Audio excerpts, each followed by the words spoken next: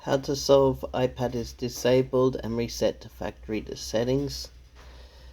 Basically, you connect it up, power off. There's a sleep button at the top that you press for about 5 seconds. Power it off.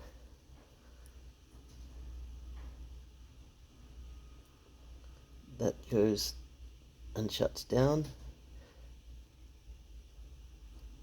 Then you run iTunes on your computer,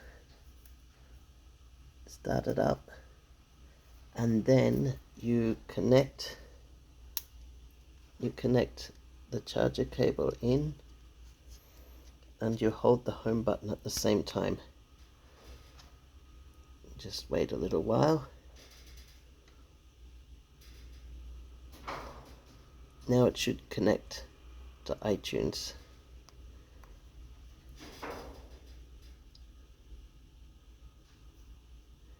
When you do that, you'll see update or restore. I'm going to pick restore because I'm going to factory default it.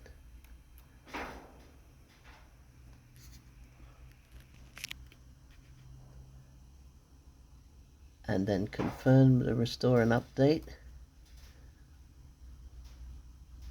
And basically now it will download the firmware that you need and all the software and all of that to restore the whole device. It will detect the device in iTunes and download the software. It probably takes a while depending on your internet speeds, and you just wait for that to complete. I think you also press the volume up button,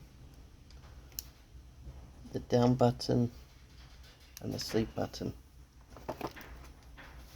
And while that's going, the Apple logo will appear, and that's it.